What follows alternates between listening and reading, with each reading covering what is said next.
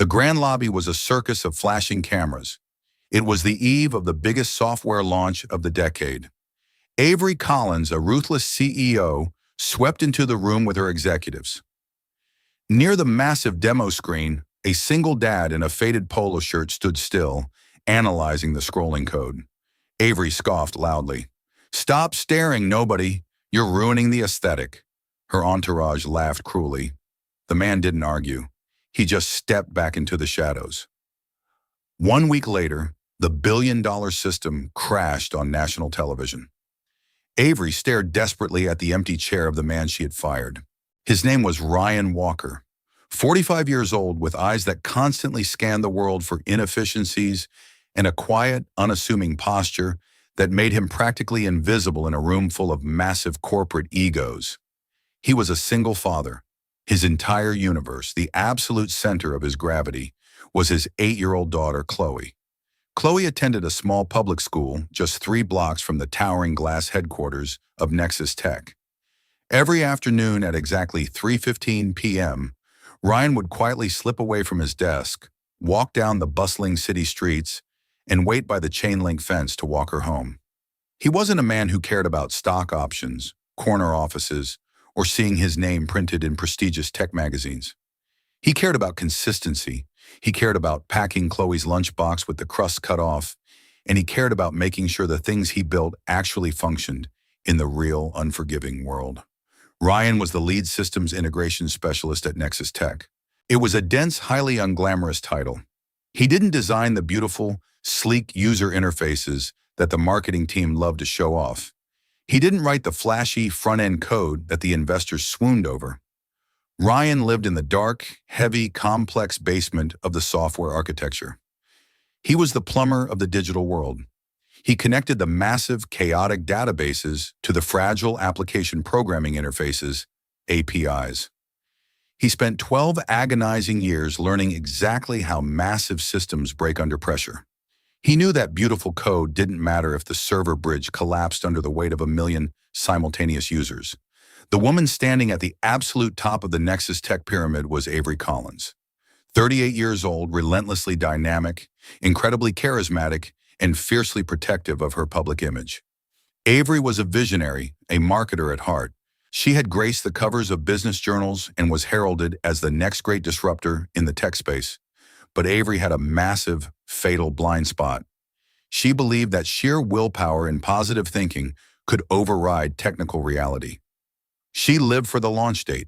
She lived for the hype. Nexus Tech was currently 48 hours away from launching Nexus Pay, a revolutionary, all-in-one digital financial platform.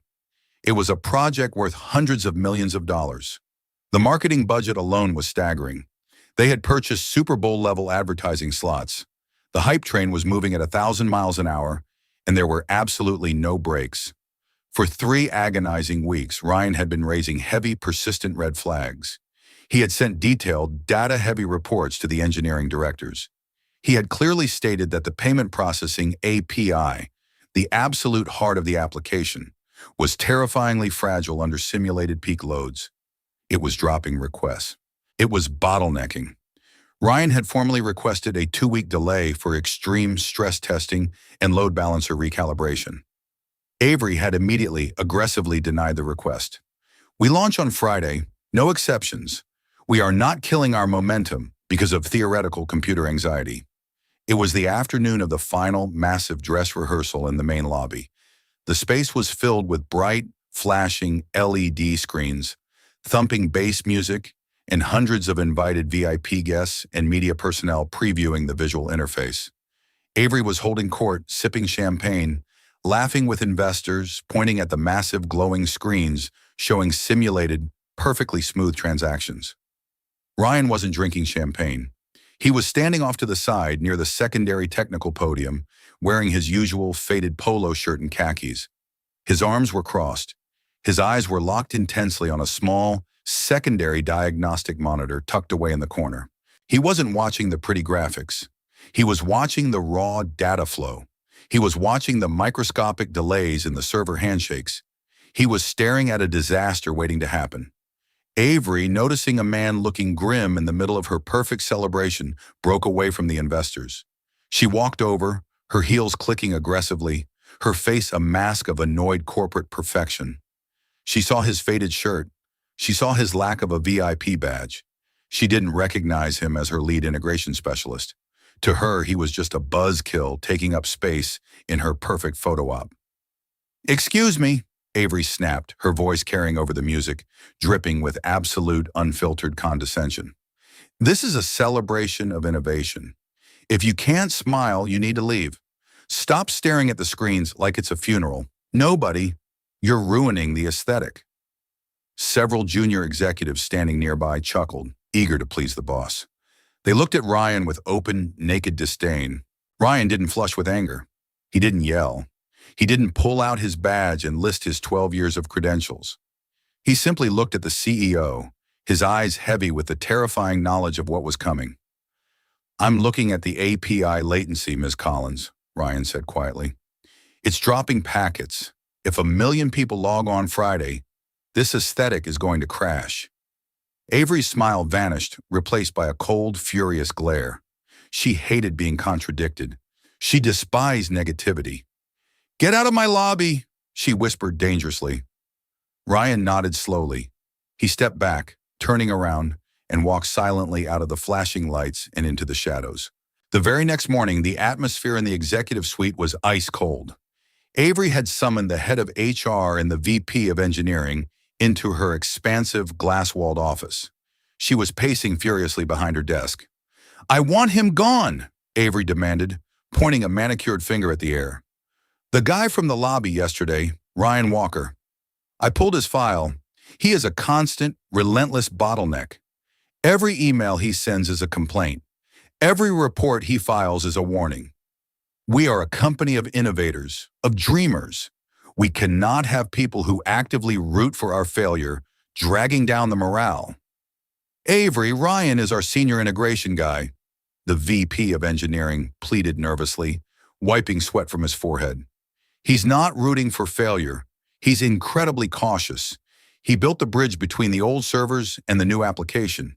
If we fire him now, 48 hours before launch, then someone else can manage the bridge," Avery snapped, slamming her hand on the desk. "I am building a culture of absolute, unwavering positivity. I need people who believe in the product. He doesn't believe in it. He thinks it's going to crash. I will not have that toxic, cynical energy in my building on launch day. Sever his contract today." The VP swallowed hard, knowing it was a catastrophic mistake, but he loved his 6-figure salary too much to argue with a furious CEO. "Yes, Avery, I'll handle it." An hour later, Ryan was called into a sterile, windowless HR conference room. The HR director slid a severance package across the table. They used all the standard, empty corporate buzzwords. "Moving in a different direction. Looking for a more dynamic culture fit. Restructuring the integration pipeline." Ryan didn't argue. He knew exactly what this was. This was the price of telling an arrogant leader a truth they desperately didn't want to hear. He had spent his entire life working on complex, logical machines. Machines didn't care about your ego. Machines didn't care if you were positive or negative. They only cared about physics and math. Avery Collins cared about neither. She only cared about the mirror. "I strongly suggest you have the remaining team review the failover protocols on the load balancers," Ryan said quietly, ignoring the severance paperwork for a moment. "If the primary API chokes, the secondary servers are currently configured to route traffic back into the main loop. It will create a massive, infinite feedback cascade. The entire grid will burn." The HR director gave him a tight, patronizing smile. "We appreciate your feedback, Ryan. We really do. We will pass it along. Please leave your key card on the desk." Ryan signed the paper. He packed a single cardboard box with his coffee mug, a framed picture of Chloe, and a well-worn book on server architecture. He walked out of the building completely unnoticed. There was no dramatic exit, no shouting match, just a quiet professional fading away. That evening, Ryan sat at his small kitchen table in his modest apartment. He was carefully cutting the crusts off a peanut butter sandwich. Chloe sat across from him, swinging her legs, watching him with the hyper-perceptive eyes of an 8-year-old who had grown up too fast. "Dad?" Chloe asked softly, putting down her crayon. "Why are you home so early? Did you finish making the big computer work?" Ryan paused, the knife resting on the cutting board. He looked at his daughter, forcing a gentle, reassuring smile. "No, sweetie, I didn't finish it. My boss decided they wanted someone else to try." Chloe frowned, her brow furrowing. "Did you get fired? Like in the movies?" "Yeah, kind of like in the movies." Chloe slid out of her chair, walked over, and wrapped her small arms tightly around his waist. "Are you sad, Dad? Did you make a mistake?" Ryan hugged her back, burying his face in her hair, breathing in the scent of strawberry shampoo. He felt the heavy, terrifying weight of unemployment pressing down on his chest. The mortgage, the groceries, the school supplies. But he felt absolutely zero regret about the work itself. "I'm a little sad, Chloe," Ryan whispered truthfully. "But I didn't make a mistake. Sometimes people get really angry when you tell them a heavy bridge can't hold 100 cars. They want to believe the bridge is magic. But I'm an engineer. I don't do magic. I do math. I did the right thing." Chloe nodded against his chest. "I believe your math, Dad." Ryan smiled, kissing the top of her head. "That's all the belief I need." 1 week later, Friday morning. Launch day, CTA QOXT2. If you believe that the people who sound the most negative are often the only ones actively trying to save the ship from sinking, hit that subscribe button to witness the exact moment the CEO's perfect launch turns into an absolute nightmare. The atmosphere inside the Nexus Tech Command Center was absolutely electric. It was a massive glass-walled room filled with dozens of massive monitors, resembling a NASA launch control room. Avery Collins stood at the very front, wearing a stunning designer blazer, flanked by a documentary film crew, capturing the magic of her visionary leadership. The massive digital counter on the main screen ticked down to exactly 9 a.m. Eastern Time, the moment the multi-million-dollar marketing campaign would push the app live to millions of waiting users. "This is it, people," Avery announced loudly to the room, clapping her hands together, flashing a brilliant, confident smile for the cameras. "This is the moment we change the financial world forever. No negativity today. Only absolute, pure success. Flip the switch." The lead engineer typed the final command. The servers went live to the public. For the first 60 seconds, everything was incredibly, beautifully perfect. The real-time analytics graphs on the massive screens shot upward in a gorgeous, steep green curve. 10,000 users, 50,000 users, 100,000 users. The marketing had worked flawlessly. People were flooding into the application. The room erupted into cheers and applause. Avery hugged her VP of marketing, her smile blinding for the cameras. Then, at exactly 9:02 a.m., the green curve suddenly stopped moving. It didn't just slow down, it hit an invisible solid brick wall. "What's happening to the intake metric?" Avery asked, her smile freezing in place, turning toward the lead engineer. "Why did the user count flatline?" The lead engineer was staring furiously at his monitor, his face suddenly turning the color of wet ash. His fingers were flying across his keyboard in a frantic, terrifying blur. I don't know," he stammered, his voice cracking with rising panic. "The front-end interface is up, but the back-end is completely unresponsive. The payment API isn't accepting the handshake requests. It's timing out." The massive screens at the front of the room began to flash. The beautiful, aesthetic green lines violently turned yellow, and then a horrifying, deep, bleeding red. Latency warning, 5,000 milliseconds. Latency warning, 12,000 milliseconds. 12 seconds for a ping, Avery yelled, the CEO persona instantly shattering, replaced by sheer, unadulterated terror. "That's an eternity. The app is hanging on the loading screen. People are going to think we stole their money." "The traffic is too heavy," a junior systems admin shouted from the back row. "We're getting 300,000 simultaneous queries. The primary API is choking on the load. It can't process the verifications." "Then fail over to the secondary servers," Avery demanded, her voice echoing shrilly across the war room. "That's why we bought $10 million worth of backup hardware. Route the traffic. Do it now. I'm trying. Oh, the lead engineer screamed, sweat pouring down his face, completely abandoning professionalism. The load balancer is misconfigured. It's not shifting the traffic to the empty servers. It's bouncing the overflow traffic directly back into the primary API loop. It's creating an infinite feedback cascade. Avery froze. The air in her lungs vanished. An infinite feedback cascade. The exact, precise, specific phrase that the nobody in the faded polo shirt had warned the HR director about on his way out the door. The exact warning she had dismissed as toxic negativity. The command center descended into absolute chaotic anarchy. Phones began ringing off the hook. The customer service queue spiked to 20,000 waiting callers in 3 minutes. On the giant social media monitoring screen, the disaster was playing out in real time for the entire world to see. At Tech Guru, is a Nexus Pay a scam? App took my deposit and just gives a spinning wheel of death. Hashtag Nexus fail at Finance Daily. Catastrophic launch for Avery Collins. System architecture appears completely paralyzed under moderate load. Shut it down, Avery screamed, watching her company's stock price begin to tank in the pre-market trading. Put up the maintenance page. Stop the bleeding. If we hard crash the database now, we lose the transaction state of over 50,000 active transfers, the lead engineer yelled back. Millions of dollars will be trapped in digital limbo. We can't shut it down, but we can't push it through. We are completely, entirely deadlocked. The documentary crew awkwardly lowered their cameras, realizing they were no longer filming a triumph, but a multi-million-dollar funeral. Avery felt physically sick. Her stomach churned violently. She walked away from the screaming engineers and locked herself inside her private, soundproof glass office. She slammed the door.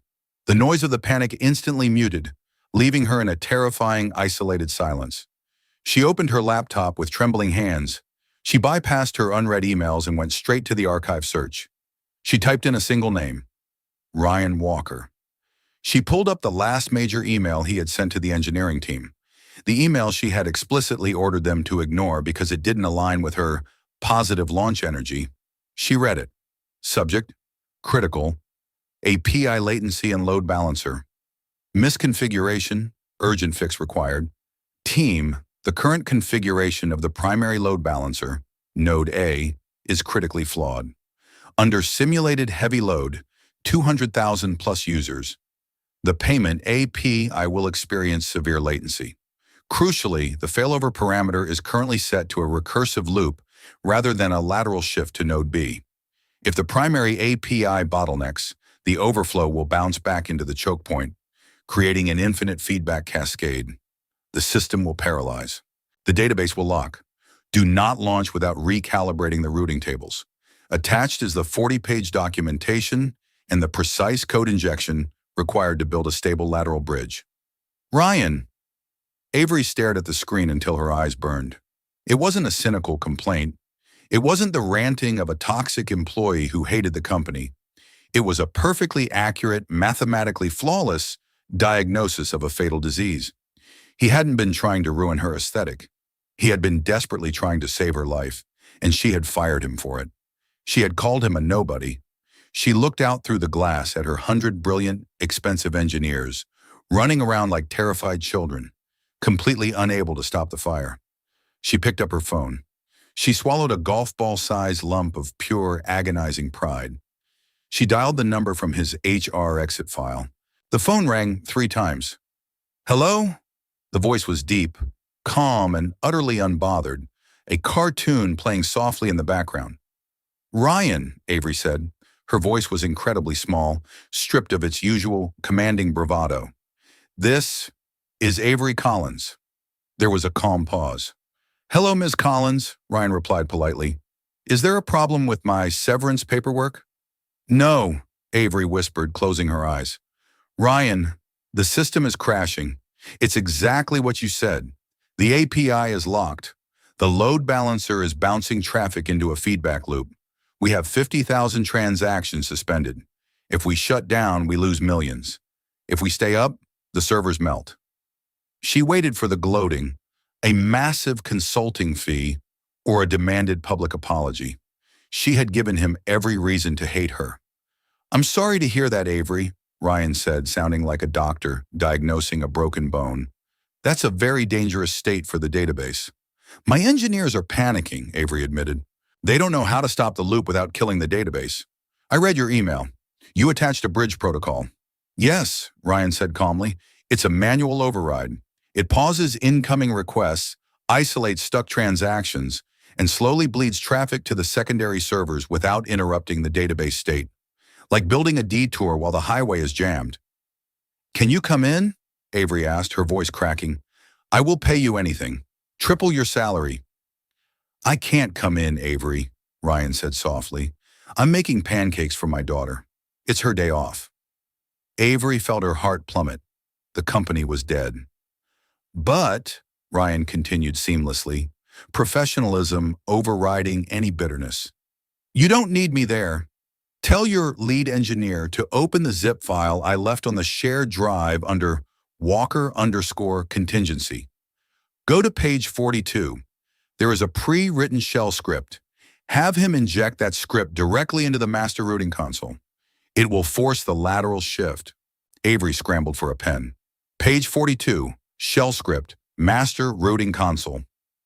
Tell him to execute it slowly," Ryan instructed. "The system will stutter for 30 seconds. Do not let him abort.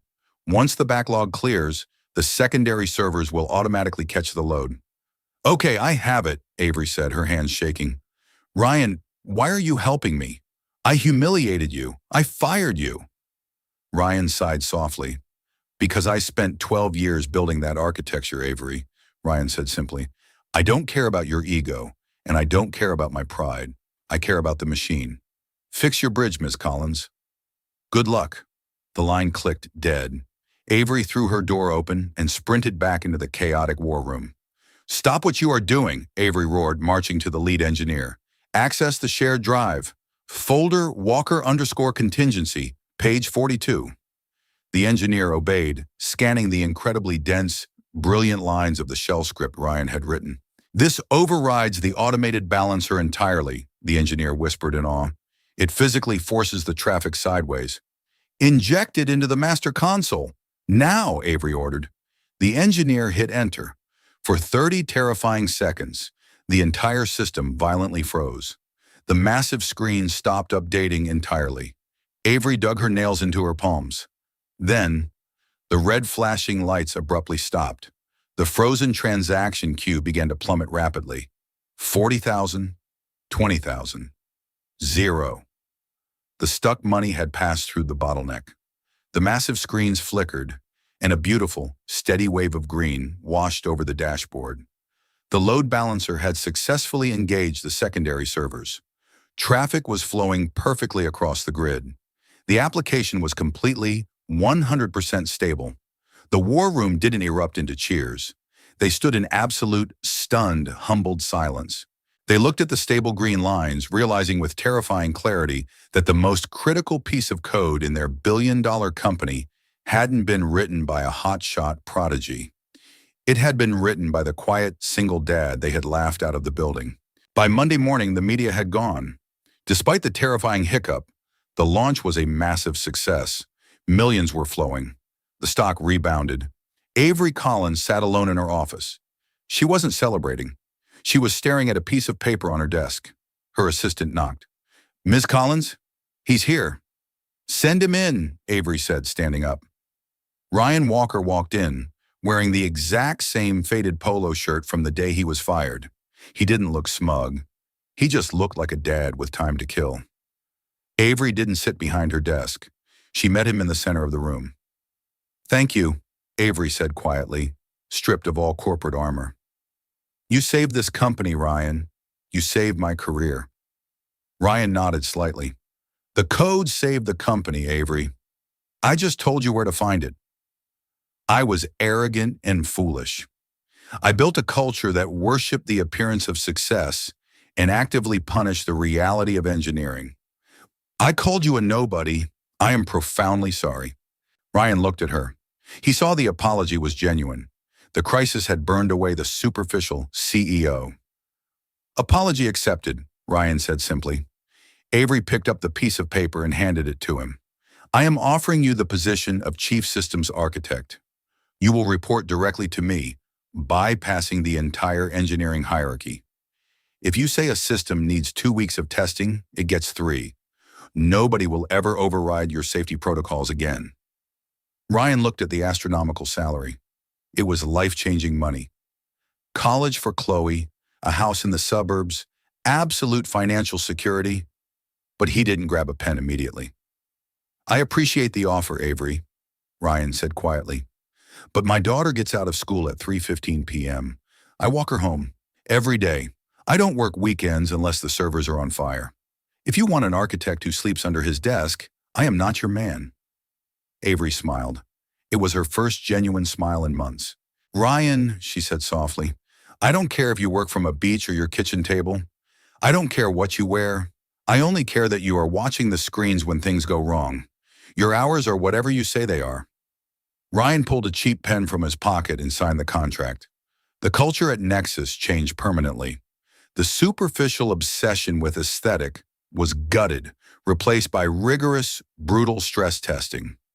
Whenever a junior engineer tried to rush a deployment, Avery would simply point to the quiet man in the faded polo sitting in the back of the room. She had learned the most valuable lesson of her life. True brilliance rarely screams for attention. The most important person in the room is almost never the one standing under the spotlight. It's the quiet one in the shadows, watching the foundation to make sure it holds. If you believe that the quiet people who warn us about the cracks in the foundation are the true heroes, not the ones who just paint over them, hit that subscribe button to follow more stories of the quiet truth winning in the end. Tell us in the comments down below. Have you ever been punished or misunderstood for pointing out a fatal flaw, only to be proven completely right when the system finally broke?